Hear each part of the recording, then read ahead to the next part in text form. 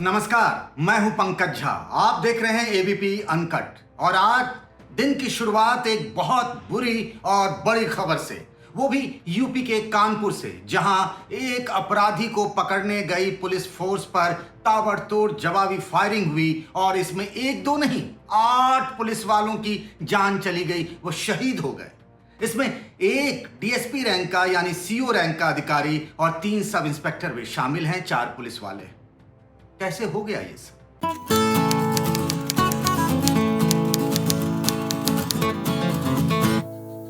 UP में मुझे याद है, मैं कई सालों तक रहा, चप्पे चप्पे को जानता हूं और ऐसी घटना करीब आपको बताऊं 16 सालों बाद हो रही है। 2004 की बात है, जब यूपी के पूर्वांचल में चंदौली में नक्सलियों से मुठभेड़ में 14 पुलिस वालों की जान चली गई। तो उसके बाद आज ये खबर आई है जब 8 पुलिस वाले शहीद हो गए। एक अपराधी को पकड़ने गए थे और लेकिन वो विकास दुबे नाम का जो अपराधी, जो हिस्ट्री सीटर है, जिस पर 60 के करीब मुकदमे हैं, हत्या, अपहरण, फिरौती, लूटपाट जैसे, उसको पहले ही इस बात की जानकारी मिल गई थी कि पुलिस वाले आ रहे हैं। पुलिस वाले पूरी तैयारी के साथ गए थे, एक दो नहीं 3 थानों की पुलिस फोर्स थी, डीएसपी थे।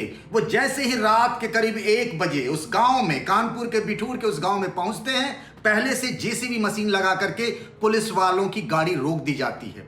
पुलिस वाले अपनी अपनी गाड़ी से उतरते हैं रात के अंधेरे में और आसपास की घर की छतों से ऑटोमेटिक हथियार से उन पर ताबड़तोड़ फायरिंग होती है और देखते देखते 8 पुलिस वाले शहीद हो गए, 7 लोग घायल हैं, उसमें से भी 4 पुलिस वाले हैं। और यही नहीं, अपराधियों का मनोबल देखिए, उन्होंने 4 हथियार भी लूट लिए पुलिस से, उसमें एक इंसास जैसा राइफल, 2 ऑटोमेटिक पिस्तल और AK-47, ये सारे।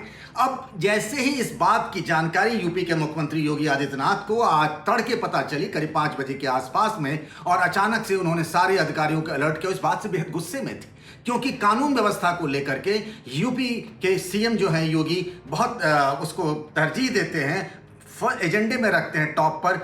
पुलिस इनकाउंटर को हमेशा बढ़ावा देते रहे हैं। विपक्ष ने कई उन पर आरोप लगाए यूपी पुलिस पर कि फर्जी मुठभेड़ होते हैं, लेकिन उन्होंने पुलिस वालों को खुली छूट दे रखी थी कि अपराधियों का मनोबल तोड़ने के लिए पुलिस इनकाउंटर किए जाएं। लेकिन इस बार तो उल्टा ही हो गया, 1 2 नहीं 8 पुलिस वाले शहीद हो गए हैं। अभी वहां पर यूपी के एडीजी लॉ एंड ऑर्डर जो कि प्रशांत कुमार हैं, उन्हें इनकाउंटर स्पेशलिस्ट माना जाता है, और एसटीएफ का आईजी अमिताभ यस, जिन्होंने 5-5 लाख के बदमाश डकैत जो हैं ठोकिया ददुआ को मारा था, उनको वहां भेजा गया। ये विकास दुबे कौन है? विकास दुबे उस चेहरे का नाम है जिसको पॉलिटिकल संरक्षण, राजनीतिक संरक्षण मिलता रहा। 90 के दशक में इसका नाम सबसे पहले आया जब इसने हत्या की। उस समय ये कई बीजेपी नेताओं के संपर्क में था। उस इलाके में नेता इसको हमेशा बढ़ावा देते रहे। जब भी इसे पकड़ करके थाने ले जाया गया, किसी न किसी नेता ने फोन कर दिया, ये छूट गया। नेताओं के कहने पर इसने हत्याएं की, लोगों को डराया, धमकाया। फिर बाद में ऐसा भी वक्त आया जब ये खुद भी राजनीति में आ गया, जिला पंचायत का सदस्य बना। फिर ये बीएसपी के बड़े नेताओं के संपर्क में आया, वहां के 2-3 विधायकों, मंत्रियों और कानपुर के सांसद जो थे उनके संपर्क में रहा। और जो नेता आते रहे, सब अपने अपने हिसाब से उसको पॉलिटिकल संरक्षण देते रहे। और ये देखते ही देखते इतना बड़ा अपराधी हो गया, उसका मनोबल इतना बढ़ गया कि उसने 8 पुलिस वालों की जान ले ली। और ये घटना यूपी पुलिस के लिए, यूपी सरकार के लिए एक बहुत बड़ी चुनौती बन गई है। मुझे याद है 2009 की बात होगी, एक डकैत था घनश्याम केवट, बुंदेलखंड इलाके में।